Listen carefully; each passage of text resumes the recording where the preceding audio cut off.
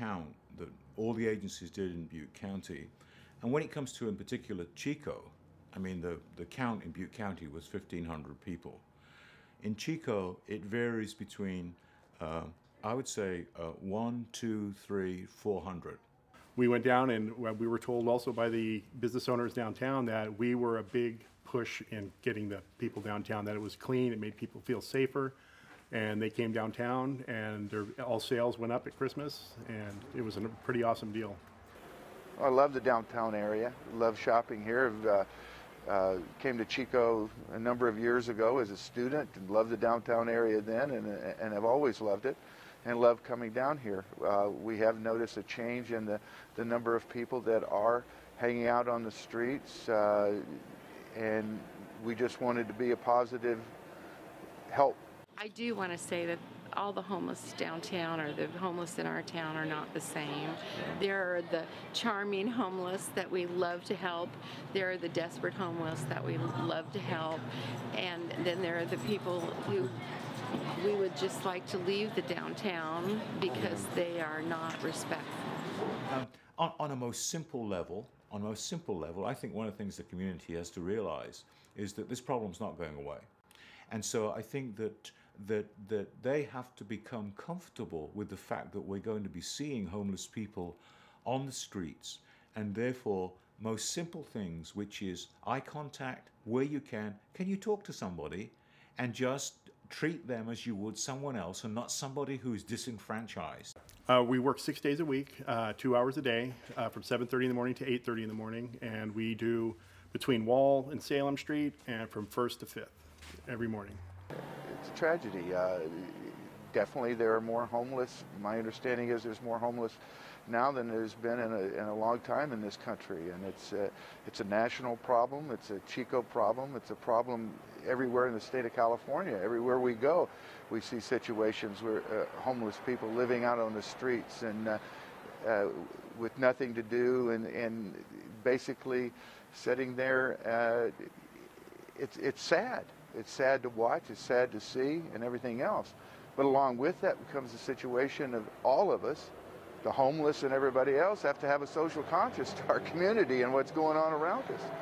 And we want to be a positive impact on that. We want people to have a place to go, have a place to be, have a place to feed themselves and clothe themselves, which it doesn't impact and hurt other people. I don't want the downtown businesses having to take on economic problems because of a social problem that we have socially. The community has to get involved and has to do something to change it. And it really requires citizen engagement and people stepping forward and embracing and ensuring that we have a vital downtown and city. And what I love about the Jesus Center Cleanup Brigade is that it gives people a hand up and lifts them and has them feel very good and productive, and it also helps our merchants understand that homeless are regular people. Well, let's look at it in a different way. Let's look at it from the standpoint of the homeless people are here to stay because they are part of us. So I think that one of the things the community can do is to get used to that and function in a way of I'm not going to shop downtown because there's homeless people down there. Yes, there are, but it's okay. For the most part, it is safe. Well, my name is William Reek. You'll see my card says William John Reek. I like the ring of the middle name, and I actually am the volunteer coordinator for the Downtown Ambassador Program and have been since about September 2013. 2013 in Chico was a challenging year, and there's a culmination of things, but there was a lot of I just like to use the word public outcry, particularly around the downtown area concerning cleanliness and safetyness. And you know, our community is very involved. So people got together and said, what can we do? What can we do?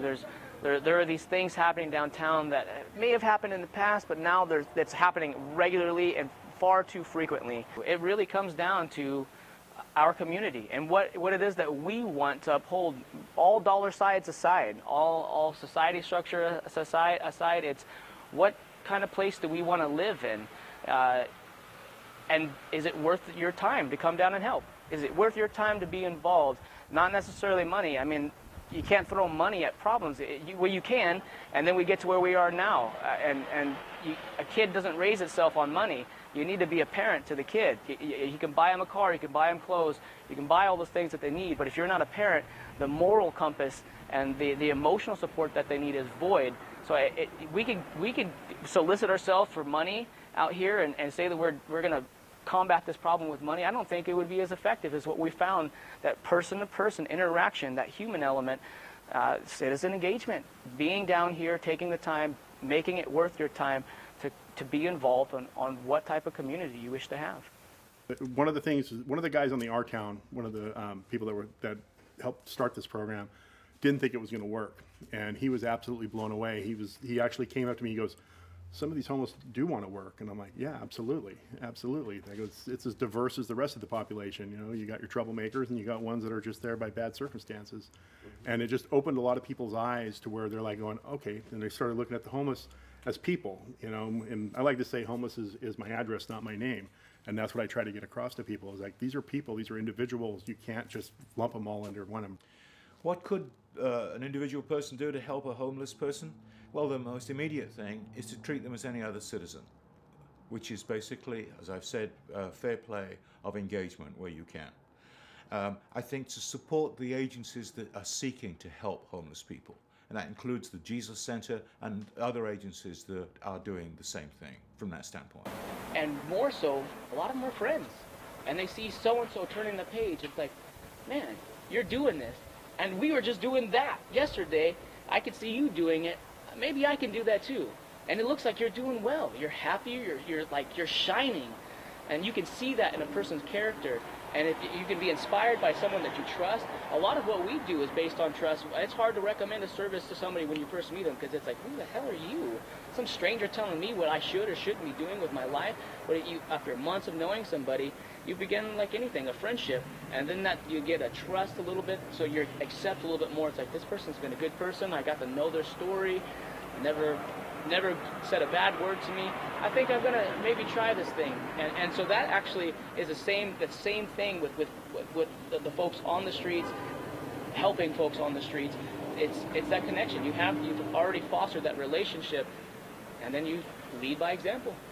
I just talked about the program. It's a win-win-win-win scenario. I mean, everybody's getting something out of it. It's minimal cost. The homeless are getting some money and they're able to get off the street. The downtown businesses are cleaner, so they're getting more business down there. And it's opening people's eyes to what's going on. And the Jesus Center it was the catalyst in starting all of it. Respecting downtown is my biggest concern for everyone. Yeah. Everyone's welcome, as long as there's respect and they leave their bad behavior somewhere else. As far as having in common, we're all human beings. I mean, we're all human, and we all feel. We all were born from a mother. We all had a father, maybe not in our lives, but it was required for them to be a human being. We all have a story. We all have a story, and they're like shoes. You know, they're all slightly different, worn slightly different, but you know, we all use them, and we all have them, and once they're ours and we wear them, they become ours, and it becomes our story.